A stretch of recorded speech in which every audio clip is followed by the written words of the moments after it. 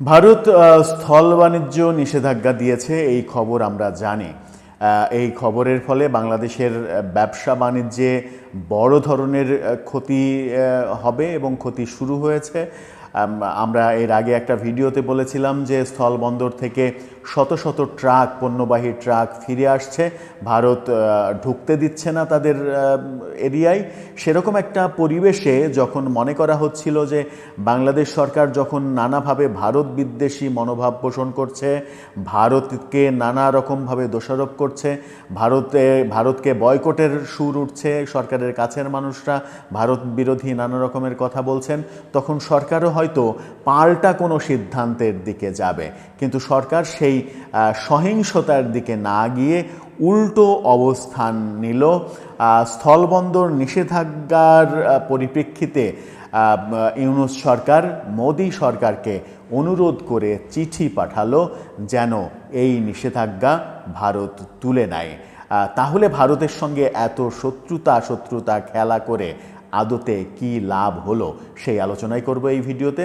থাকবেন পলিটিক্স টিভির নিয়মিত আয়োজনে।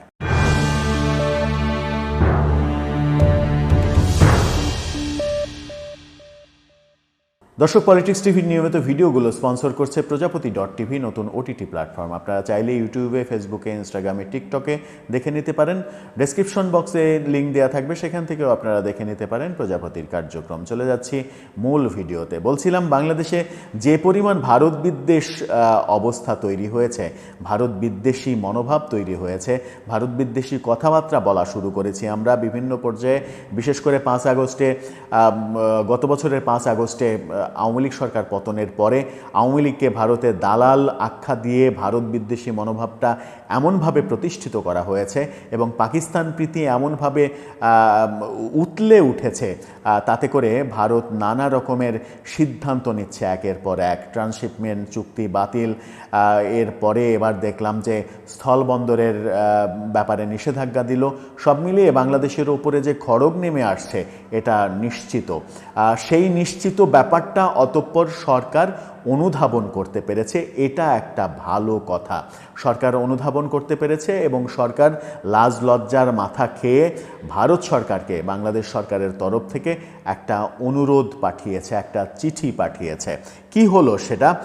স্থলবন্দর দিয়ে তৈরি পোশাক সহ কয়েকটি পণ্য ভারতের আমদানিতে নিষেধাজ্ঞার বিষয়টি দুই দেশের বাণিজ্য সচিব পর্যায়ের বৈঠকে সমাধান চায় বাংলাদেশ, এমন চিঠি পাঠানো হয়েছে। স্টেক হোল্ডারদের সঙ্গে বৈঠকে বাণিজ্য মন্ত্রণালয় এই সিদ্ধান্ত নিয়েছে।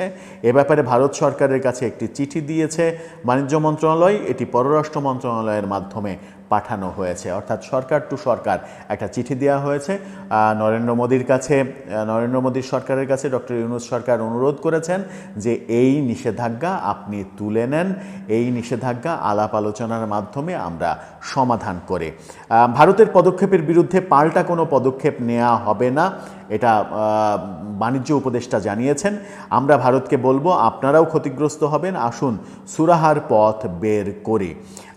এই বৈঠকে নৌপরিবহন মন্ত্রণালয়, পররাষ্ট্র মন্ত্রণালয়, Bangladesh trade and tariff commission, জাতীয় রাজস্ব বোর্ড সহ বাংলাদেশ স্থলবন্দর রপ্তানি উন্নয়ন ব্যুরো সহ অনেক স্টেক হোল্ডার উপস্থিত ছিল এবং সেখানেই এই গুরুত্বপূর্ণ সিদ্ধান্ত হয়েছে। একটা মন্দের ভালো দিক, সেটা হচ্ছে কোনো হঠকারী সিদ্ধান্ত হয়নি। অনেকে উস্কানি দিচ্ছিল সরকারকে যে সরকার যেন পাল্টা অ্যাকশান নেয় ভারতের বিরুদ্ধে, সেই রকম কোনো কিছু না করে নিজেদের স্বার্থে, নিজেদের স্বার্থ রক্ষার্থে একটু নতজানু পররাষ্ট্র নীতির দিকে গিয়েছে। ভারত সরকারকে চিঠি দিয়েছে অনুরোধ করে যেন ভারত সরকার এই কঠিন সিদ্ধান্ত থেকে সরে যায়। ভারত সরকার কি আদৌ শুনবে বাংলাদেশ সরকারের কথা, যখন বাংলাদেশ সরকারের বিভিন্ন পর্যায়ের গুরুত্বপূর্ণ ব্যক্তিবর্গ ভারতের বিরুদ্ধে কথা বলেই যাচ্ছেন? প্রেস সচিব, আইন উপদেষ্টা, বিভিন্ন জন, আজকেই একেবারে টাটকা নিরাপত্তা উপদেষ্টা, তিনিও ভারতের দোষারোপ করেছেন।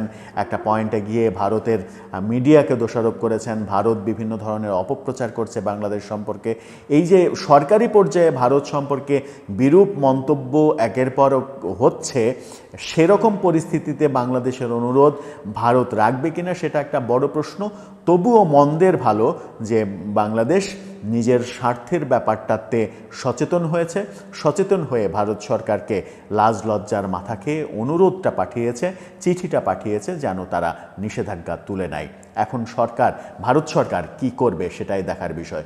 দর্শক, আপনার কি মনে হয় ইউনূস সরকারের এই চিঠি আমলে নেবে কি মোদী সরকার, নাকি তারা তাদের সিদ্ধান্তে অটল থাকবে? আপনার মতামত জানিয়ে লিখতে পারেন আমাদের কমেন্ট বক্সে।